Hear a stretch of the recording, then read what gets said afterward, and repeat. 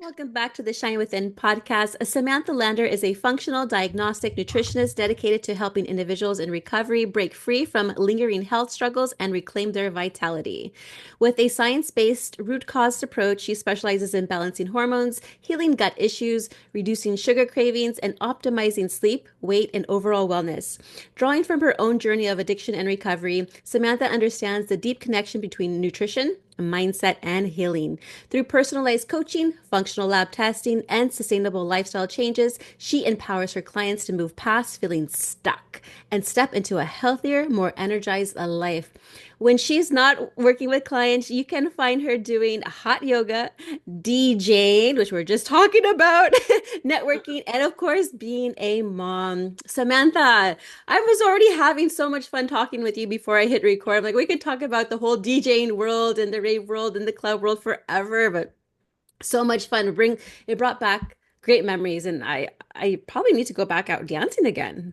You do, girl. You do. I like send it all like my mom friends, and they'll come out and they're like, "What the fuck?" And they like love it. It's like you can just see them just like free. It's like, Freedom. It is freedom because when we dance, we connect to our body, and when we connect to our body, our soul is just like exploded. Like, yes, this is what I need. It's just a great outlet, dancing. yeah. And I always say music can literally switch my mood within like a heartbeat. Like it's like I can Yes. go from just being like down and then just hear like one song, and I'm like, ah, I'm good. Yeah, Got I it. totally when I drive to my client's house, and I do massage therapy too. When I drive to my client's house, I'm busting out like some trance, like uppity music, and it tunes in my frequency for the day, and Yeah. I'm ready to go. I'm like, all right, let's go. So I yes, I know, I totally get know. it. There's something about it. Like just even going out to the club, it's like feeling the bass. For me, it's like Yes. feeling the bass. It's like that vibration too. Yeah. I love it so much. But let's talk about your journey and what actually led you into addiction, and what was the turning point that pushed you towards recovery? All right. So where do you want me to start? My childhood. Anywhere you want to start, whatever feels aligned to you. All right. So I mean, I started really young. I dabbled, like I did all the things in seventh and eighth grade, like immediately. Like I tried all the drugs. I got in trouble in eighth. There's a lot of like I feel like God signs saying like, okay, you should probably not be doing this. Like my first time I smoked weed, I ended up getting arrested. And then like the first time I ended up trying meth, I overdosed. And so it just like I had a lot of like you should wake up now before like shit gets really bad. But so I was kind of a party girl throughout all of high school until I sort of hit a wall with my parents where I was like, at this point, I was like running away. Life was not good. I did not know, obviously, there was any problem. It was very normal to be a blackout drinker and drive drunk and do all the things. But I just kept getting in trouble with my parents. And at that point, I had nowhere really to go after I ran away. And I finally just went home and just kind of gave it up. And that's when I sort of like that was my first like chapter of like getting my shit back together, right? And just I learned how to work the system and be very good at like manipulation if I did want to party. And as an addict, you become very, very good at manipulating your way out of anything and getting your way into anything that you really want to do. So if there's something I wanted to do, I would do it. But it looks really good on paper. I learned that like my parents, if I looked really good on paper, I was good. And so I was a rower. I was an athlete. I went to Michigan, Division I rowing. That didn't last long because my drinking career immediately took over again. Drank a lot in college. And then I would say junior year of college was the first time I was like sober. I decided to quit everything because the drinking, I never liked drinking, nothing about it. Everything about it, I hated the way it made me feel, but I couldn't find my perfect like cocktail. You know what I mean? Like I didn't like cocaine. I didn't want to do anything that made me feel really out of control. Like mushrooms scared me, and but I was okay like doing acid. But at that point, I wasn't gonna like just trip acid every weekend. And there wasn't any micro dosing like all the stuff like today. I feel like we just didn't have that. It was either you get fucked up or like, you know, or you don't. So, but I did get sober at that point, and I might have been smoking some weed, but then I went to go visit my friend, which I was kind of just telling you about. I went to go visit a friend of mine in LA, and he had just come out of the closet, so he's very like immersed in the gay scene. And for me, that was I even lately I've been thinking so much about it is safety is such an important thing. Like I just want to feel safe. Like that's what keeps coming up. It's like I just want to feel safe. Like I've never felt safe, and I didn't realize that I've never really felt safe. Like even with my family or anything. And I felt safe with those guys. They didn't want to sleep with me. They didn't want to date me. I felt like they were really my friends. Friendships were really hard with girls for me growing up, like the typical probably alcoholic or addict girl where, you know, you just didn't fit in. I was friends with, I went to go visit them, and that just opened up doors, but they party a lot. And so that's when I was introduced to GHB, ecstasy, ketamine, and meth, basically, were like my go tos at that point. So the GHB was like, just, it was perfect because I didn't black out. I didn't get hungover. I didn't, it was drinking without all the messiness. And I did that for a while, like with them. And then I would come home to college and I would take it with, you know, fly home with it. And then just like, that's what I would do on the weekend. So I found like kind of what worked for me. But then I started like bringing drugs back with me from college um, to sell. And that started, and I was like, well, you know, you justify it. I'm gonna pay for my use, you know, by selling drugs. So as long as I can sell enough drugs to pay for what I'm doing, I was okay. And I was doing that for a while. And then when the first time I had gone out there another weekend, and that's when I had tried meth for the first time. And that was my aha. Like that's probably when I became like totally addicted to it because I felt normal. I have severe ADHD. I never took the medications. I was super anti-pharmaceutical like my whole life, which is strange. And I'd never liked the way Ritalin made me feel. And so I just think I just kind of tried to like rally through life and school and learn how to like work the system to get good grades with debilitating like ADHD. And so for me, I did meth. I leveled out. I ended up graduating like with I think like a 3.6 or something from Michigan. I was able to do work. I was able to study. I was able to write papers. I was like, it was like perfect. And so that became a consistent drug for me, like all day, every day, uh, pretty much for until 2006. And I started going out to LA a lot more and visiting them and partying more. And then I'd come home and I'd bring drugs and I'd sell them. And then I decided that I was going to move out there after college. So I was working for a liquor company, and I helped launch. We launched the first micro distilled flavored vodka made in the U.S. And we were going to go. I was going to go work with a distributor out in LA. So I had a job set up. I was living at this actress's house free to like to take care of her dogs.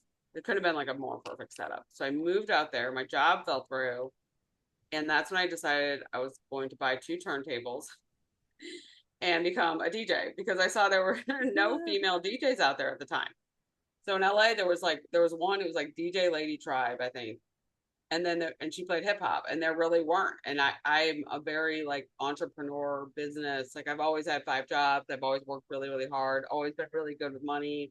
Had a lot of money. So I had a very like I had let's say I had a high bottom when I hit my bottom. Like I had money. I had an apartment, but I did start.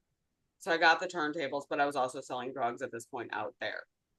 And so I did really well in the DJ world. You know, that grew very fast. And so I started playing a lot, but and then I was also selling drugs a lot. And I kind of got to the point where the paranoia and the risk of being caught, and I wasn't that I was like going in the club during my gigs and selling, it just so many people in and out of my apartment. And I was in a really abusive relationship. And this is where things took like a major turn for me. I knew that I was in complete survival mode at this point. Um, and I would be sick and tired of being sick and tired, and I didn't want to die. I didn't think about prison. I mean, maybe a little bit because I was selling drugs, but I didn't really think that like that would happen to me because I got out of so much my entire life. And I didn't really think about like going to an institution. Like I didn't feel like I was crazy yet. And I started selling less drugs, but in larger quantities. So I started selling a lot of drugs in large quantities to about 7 people. That was like my number. I don't know why I had a number, but that was my number. It was like, I won't get caught if it's 7 people.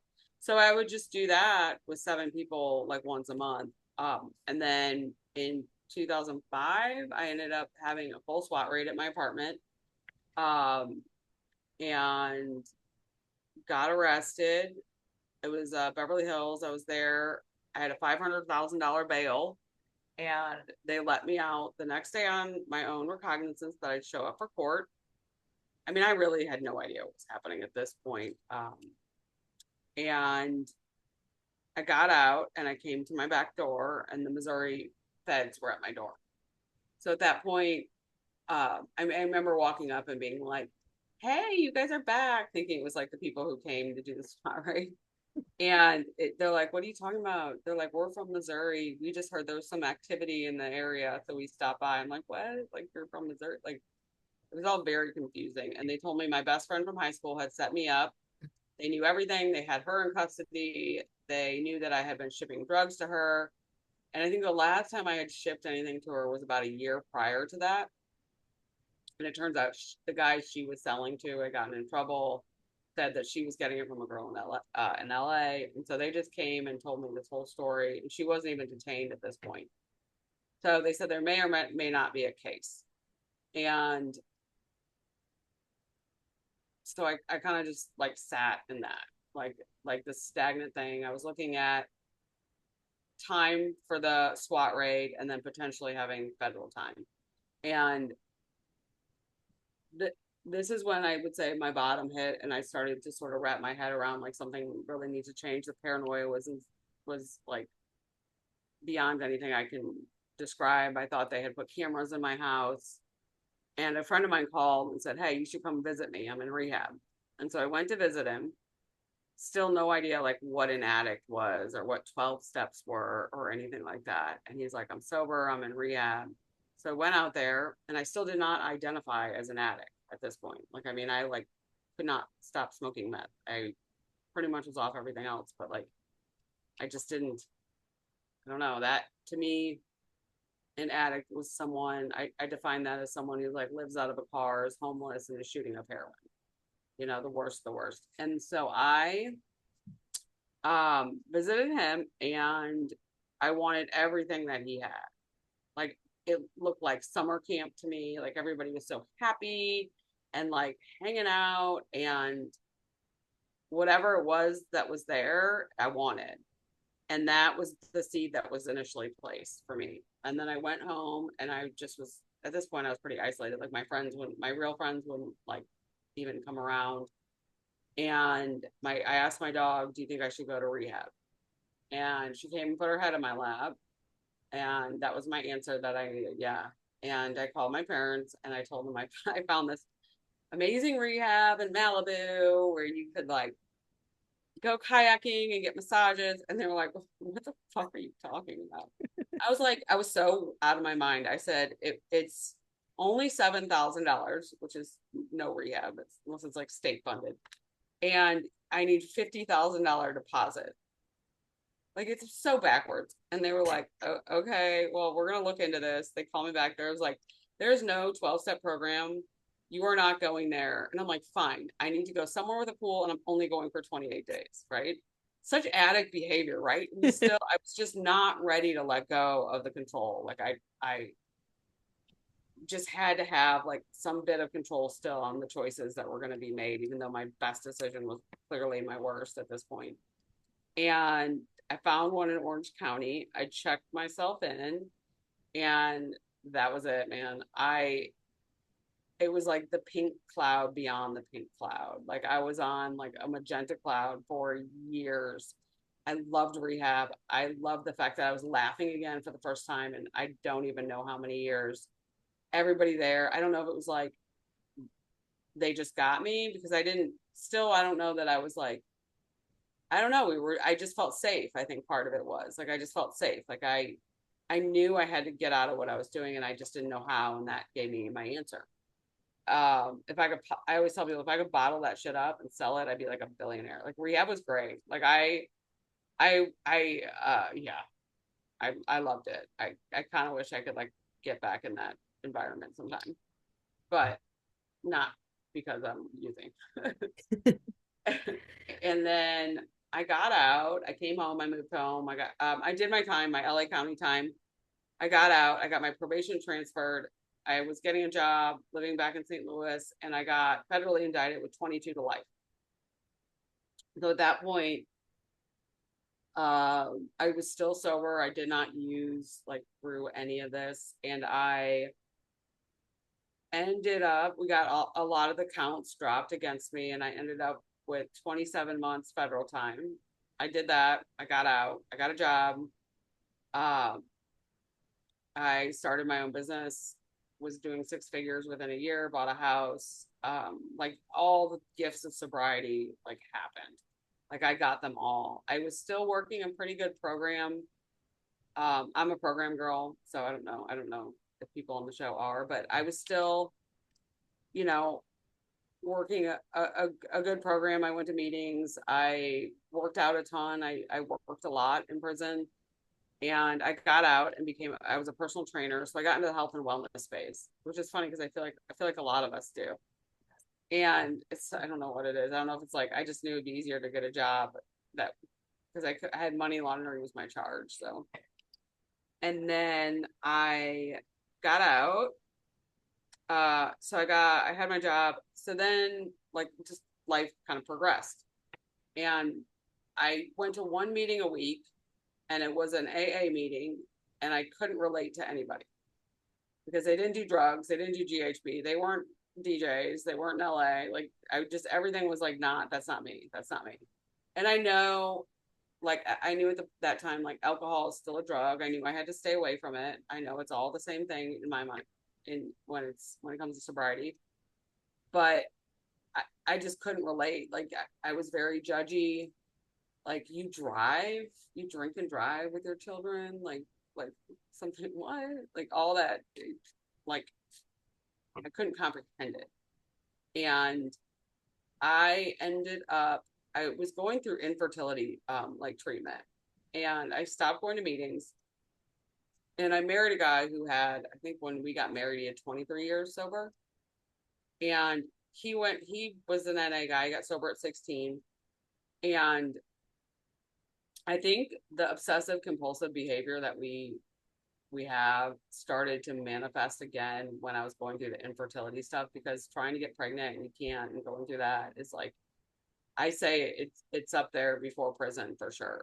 Um, Prison, I was so happy to be free from drugs. I felt free. You know, I you could have put me anywhere. I was so happy to be sober. But I so I think that's where the disease started to really manifest itself and I wasn't really working on anything to keep me sane. And my ex started using again when I was pregnant, and which was, I almost like encouraged it for many reasons. I thought it would make our marriage better, which is stupid. And he got sober at 16. So I was like, well, you know what? Like, I don't know. Like, maybe he's fine. Like, I don't know. Like, he's just going to smoke some fucking weed. But the biggest thing is I think that the disease is so smart that I was banking it for myself. I think I really wanted to use again. I wanted to drink. I wanted to do what all my friends and my clients were able to do and have a glass of wine and do all that. Because it had been since high school, really, since I had drank. Like, so I thought, I was going to be able to control it. So my son was born. I'm not very maternal postpartum. My ex is now drinking, which is totally his path. I'm not even like upset about it. And I wasn't working and I thrive off work.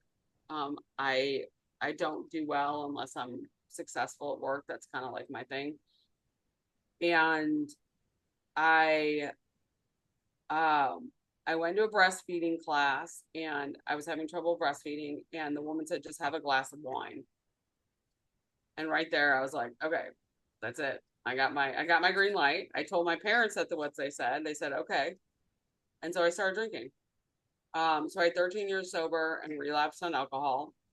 Um, and it was okay for a while. And then there was some infidelity in the marriage. And I was kind of at the point where it was like, we need to get sober or we're going to get a divorce. And the answer that I got was, I'll stop, but I can't promise I'm not, it's going to be forever. So that was my answer right there. And so we ended up getting a divorce. And I was sober for a good chunk of time again. I don't know if it's a good chunk, but I was sober. And then COVID, I don't remember. Something bad happened and I like really got sober. I don't remember what it was.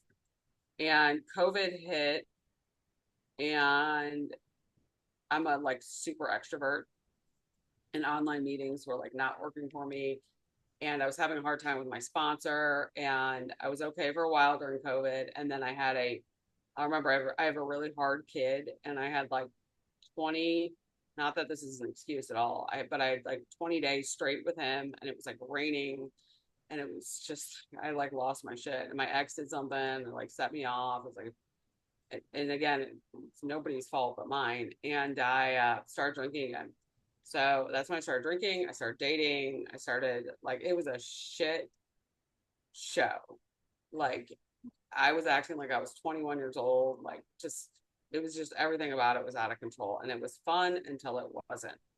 And it got to the point where I wanted to be sober. I was done. I knew there was a problem. I knew I couldn't stop. I was going to 2 meetings a day. I was drinking a bottle of gin a day. I would start every day at 4 o'clock. I was drinking and driving. I would like, the airplane bottles like would start on the way to like the daycare that was close enough that I'd be okay. And then on the way home, I could like start drinking with my kid and, I'd be like locked down and nothing bad would happen. But I was everything that I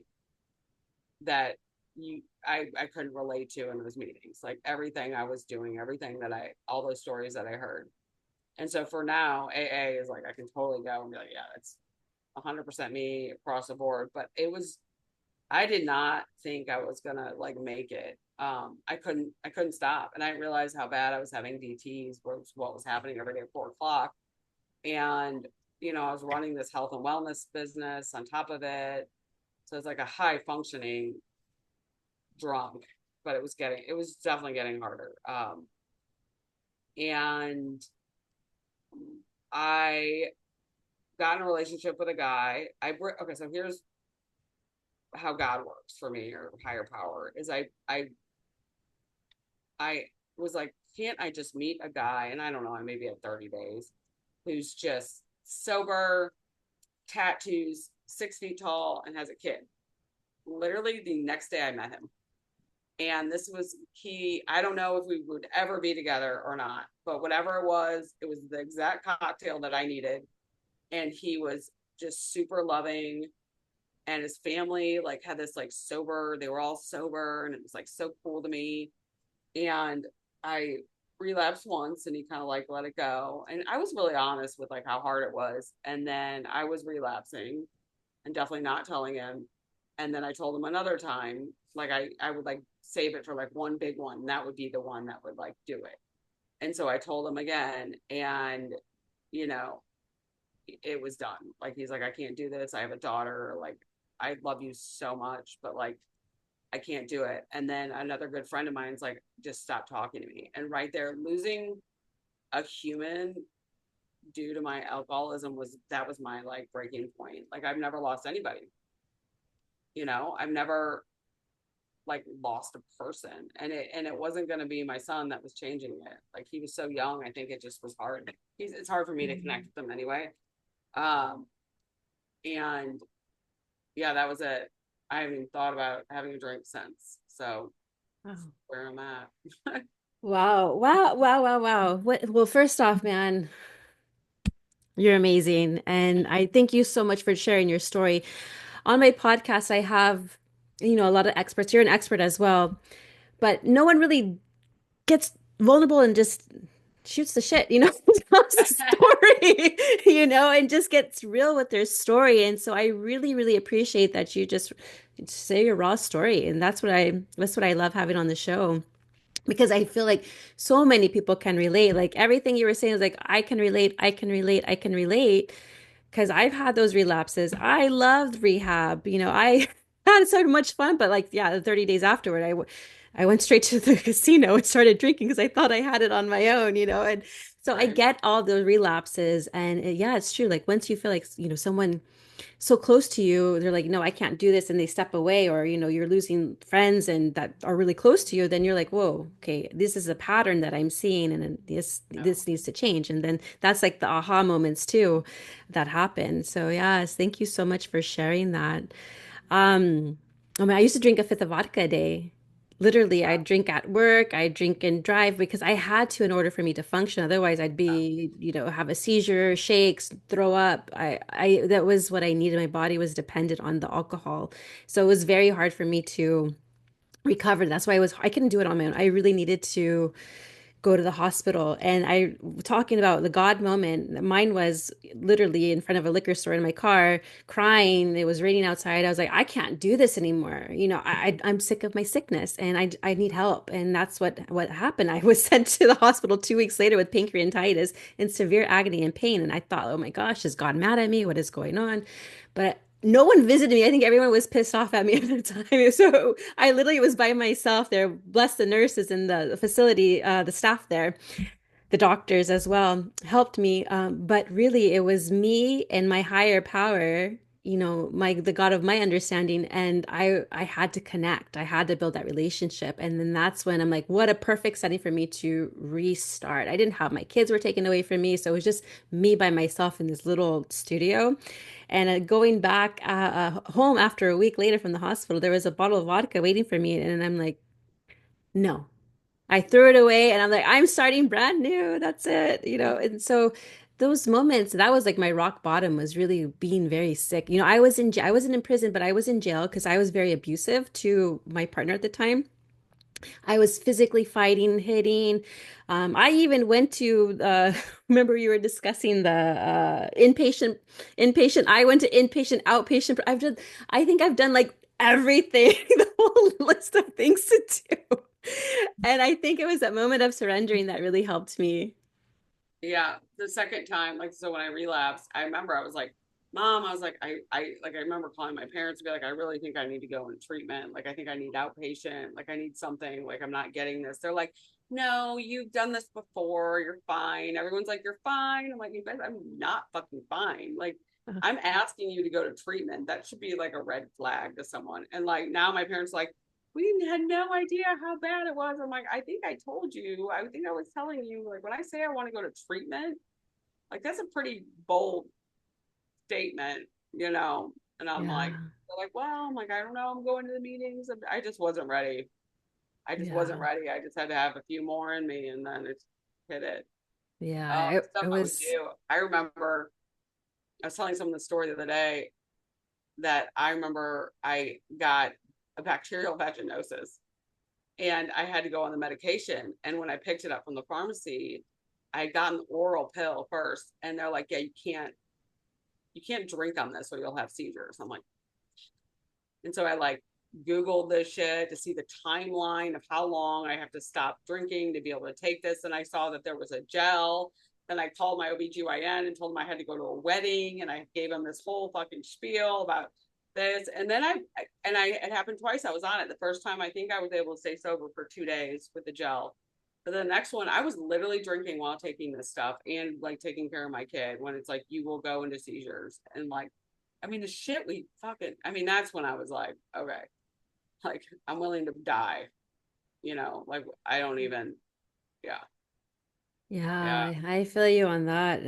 And I know I remember feeling stuck in recovery at sometimes too. And I went straight to Orange Theory Fitness, in my early sobriety just to start getting back and connect to my body again because I was just feeling off. And many, many people actually quit drinking or using, but like I said, they feel off physically and mentally sometimes. I wanted to ask you, what are some of the biggest challenges you actually see in people post recovery, and what steps can they go ahead and take to start feeling better? So I think the biggest thing is you got to start. I always say, because I work with a lot of people in recovery, is you got to get the nutrition like in line. That's number one. I know there's a lot of like big pushers on like just have sugar when you have a craving, which is literally the worst thing you can do. And you need to start like honing in eating whole foods, high fat diet, high protein diet, watching out for the bad carbs. If you can't pronounce it, don't put it in your body. And maybe a lot of people are doing that, but then it's like balancing your blood sugar because our blood sugar is so like we have such insulin sensitivity or possibly insulin. Do I need that? Insulin resistance um, from drinking so much that we're almost like in this like we're not diabetic, but our bodies are in this pre-diabetic state. So we don't know how to process carbs well. So then we Mhm. have sugar cravings. Or a lot of women, what they do is they will not eat all day. They'll not eat all day and then trying to be healthy, try not to like gain weight because a lot of people gain weight after they got sober and then they just like binge at night because they're so hungry and that will cause a lot of the sugar cravings. And then we have a lot of gut infections. So it's like looking at like your nutrition, your hormones and gut health, I think are really, really important for females, especially hormones. Yeah, can you actually go ahead and explain what happens inside in our digestive system and how that contributes to issues like leaky gut and inflammation? So I think the biggest way to explain it that makes a lot of sense is like we put hand sanitizer on our hands, right? And it has ethanol in it, correct? Like, so it Yeah. kills bacteria on our hands. And ethanol is the same thing that's in alcohol. So hand sanitizer and alcohol are kind of the same thing. And if you are drinking that, it's also going to kill all the bacteria in your gut. So what happens over time with drinking is just so hard on the stomach is all those little, you got all these little microvilli in your gut. They start to break down and these tight little junctions that kind of protect your intestinal wall become super inflamed. And then you get these gaps in there. And that's when you start to get all these symptoms of like bloating, gas, diarrhea, eczema, psoriasis, sugar cravings, headaches, migraines, and that's your gut is leaky at that point. But you got to figure out the why it's leaky. So and then repair it. Yes, I remember. I think I was sharing this with you before I hit record that when I became sober, all I wanted to eat was sugar. Yeah, Sugar this, sugar that, sugar everything. Fortunately, I didn't gain weight. I was losing weight, but I was working out, so that contributed to my weight loss. And I was trying to eat healthier and just get back into my body, like I was saying, but that sugar was killing me. And then and then I remember finally like slowing down and stopping, and I'm like, okay, I'm going to healthier foods now. I'm going to, I'll have like an apple with some almond butter, or that like would help with the sugar cravings, as well as even just juicing in general. I would put like ginger, carrots, and then an apple inside there, and that would help with cravings. But any suggestions you have to prevent us from craving sugar, or what are your ideas? I think a good one is, I always say make sure you're not just thirsty. So a lot of us have a huge electrolyte imbalance just from stress on a daily basis. So make sure you like have some really clean electrolytes and you can like put that in your water and drink some water before you start going for the sugar. Redmond's, I like Redmond's. It's really clean. If I were going to recommend any brand, they have like a relight. And then I would always, so the biggest thing is never eat a carbohydrate alone. So basically, any high glycemic index vegetable or like an apple or fruit or rice or sweet potato or potato, don't just eat like a sweet potato or an apple by itself. Always, always, always have your protein first and pair it with a protein. All protein will have fat.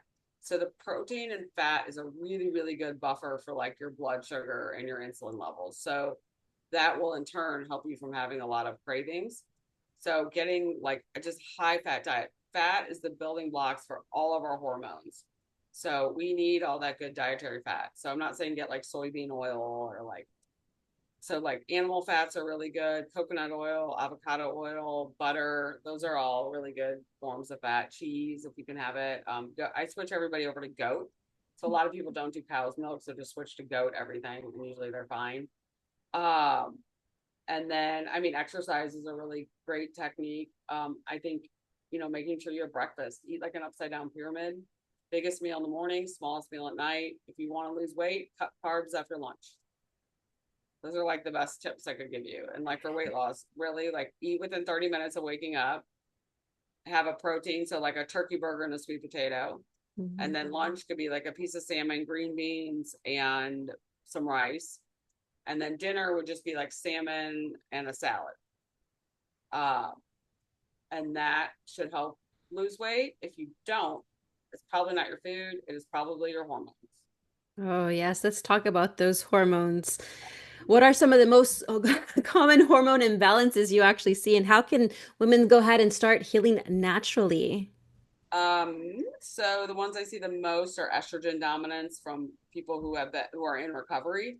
So what happens when we drink? Our liver chooses to process out all the alcohol before anything else in our body. So our daily natural like detox doesn't really occur. So we start to bind and hold on to like all of our other hormones, and estrogen tends to be one of them.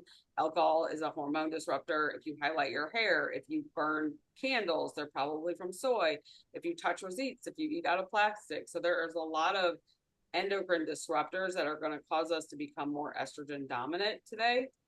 And I see a lot more of that. And that is when you literally walk around like you can't lose weight, you're bloated, you feel like your boobs hurt all the time, your PMS has gone from like 1 week to 3 weeks, and you might have two good days in there.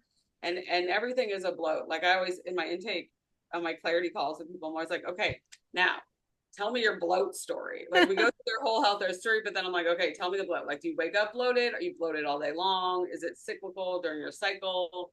Is it really bad when you ovulate? Is your PMS just like, are you moody? Like all of those little things. It usually starts to get where it's just all bad. You're always bloated. But that's a combination of like some gut issues and then hormones. I mean, I just went through it. Like I had to do a lot of like health stuff on my mouth. Kind of, I think. I mean, I was a meth addict, and I had to pull a lot. I had 30 surgeries in the past couple of years on my mouth Wow. and my sinuses. And I mean, I just started like bleeding. Like it was like I just got my period. Like I'm 44, and all of a sudden, like I'm bleeding through my pants. And I'm like, all these things are happening. And I have my health journey that was like before I even started using. I was kind of like a kid with stomach problems. But I just started putting on weight so fast. Like I couldn't even, I was, and I'm like, it's not that I don't need to work out more. I know this, but we're so ingrained, like work out more and eat less. And I was like, it's not my food. And so I did my hormone panel, the one I run with my clients, and I was like super estrogen dominant. The second I got in line, it was like all the puffiness went away. Like I fit in my jeans again. I mean, it's rapid weight gain when you're estrogen dominant, and it does not come off. You could starve yourself. So yeah. Yeah. Oh my goodness. Yes, I know about that bloat. My goodness. Right? It doesn't matter how many abs exercises you do or anything, the bloat still stays there all day and it feels icky. Like you have to go bathroom constantly, but there's nothing's coming out because you're already eliminated already, but you still feel like you're pregnant, kind of. Most people don't even poop every day. So I know, right? I know. Even myself, I think I was was every like other day, and then someone said that's not good for you. I said what? So no, I've changed my eating in recent times too, and cutting out those carbs like you said, because I was eating more carbs. I stopped eating carbs for a while. I'm talking about like carbs like bready stuff, pasta stuff, and I started eating them, and then I started getting like a tummy, a poochie, below me. I'm like, wait a minute, what's this? And so I'm like, okay, let's go back to eating the way you were eating before, Gina, and get back to it. So yeah. now, you used a science-backed traditional, well, not traditional, but a functional nutrition approach, I should say. How does this differ from traditional methods of recovery, would you say? And what impact have you seen it in your clients? For me, well, so I just take a very like holistic approach for anybody that I work with, recovery or not. So it's kind of like a whole body wellness. So we look at everything. We look at gut health, we look at lifestyle factors, we look at relationships, we look at your gut. I might have said that. We look at food sensitivities, we look at hormones, we look at everything. We treat it as a whole body. And then we don't just we identify the symptoms, but symptoms are your body's way of like telling you something. So we're trying to find the root cause of why you're having the symptoms instead of like band-aiding everything with like medication. Like you might have reflux or GERD and you can take medication for it, but why do you have it? Like, is it, is it H. pylori, a gut infection? Is it, just something you're eating? Do you need to just get the trigger foods out? Do you have a hiatal hernia? Like, there's easy ways to identify what's going on, like the root cause of it, without having to like just give you a ton of medication because in turn those have side effects that are almost worse. Yes, I was on medication too. I swear, I think I was doing everything Right? on medication as well. And then I had a lot of side effects with that. Yeah. So I totally understand. Now, if someone is listening and is feeling stuck in their recovery and unsure like where to start with their nutrition or healing, what is the first thing you would actually go ahead and recommend they do today? Book a free clarity call with me. Yes, let's talk about where our audience and listeners can go ahead and connect with you. I am on Instagram. It's SEEFIT Living, so CFIT Living. And I put all sorts of like health tips and things. So I always tell people get to know me a little bit because you'll see my personality because I'm not everyone's cup of tea if you work with me. Um, but you will learn a lot. And if it's relatable, then to book a free clarity call. And then the website is cfitpt.com and they can book a free call with me. And we do a full health history. We can talk about what lab testing might be best for you and get you feeling better and get really customized protocols instead of like putting you on supplements that the guy who's 26 at GNC told you to get versus like what your labs tell you and then what I've learned about you through your clarity call and health history. So, And I will have everything in the show notes for our listeners here. But Samantha, I want to say thank you so much for sharing your story and just sharing what you're doing to help people, and especially in recovery, get through, get through and feel better and get healthier. And I'm all about functional nutrition. Like seriously, I have had some guests on my show here, and some that I've actually collaborated with. I was in a business coaching group, and so I know about them. I would. This is my opinion. I would prefer them more than my own primary doctor. oh yeah. It's just my opinion. It's just my opinion. Because you guys do stool samples and you get to like the root cause. Like, let's take a look at your poop and see what's going on. Yes, but any last words you'd like to share? No, I just think that, if I mean, I always tell people it is an investment to work with someone and to do things like more functional and holistic, but in the grand scheme of things, like you're just a better person overall when you feel better and that, to be proactive too and not reactive. And like your body's telling you if you're off and I mean, listen to your gut, man, pretty much. Listen to your gut. I always say that would be like the first brain. I know Yeah. they say it's the second brain, but for me, it's the first brain because that is like your Well, intuition. yeah. Well, you got your vagus nerve, which goes to your brain. It's all things. Right. So, yeah. Right. Oh, thank you so much, Samantha. It's been an awesome Oh, conversation, and I'm so happy you're able to share everything with our audience today. yeah. Thanks for having me.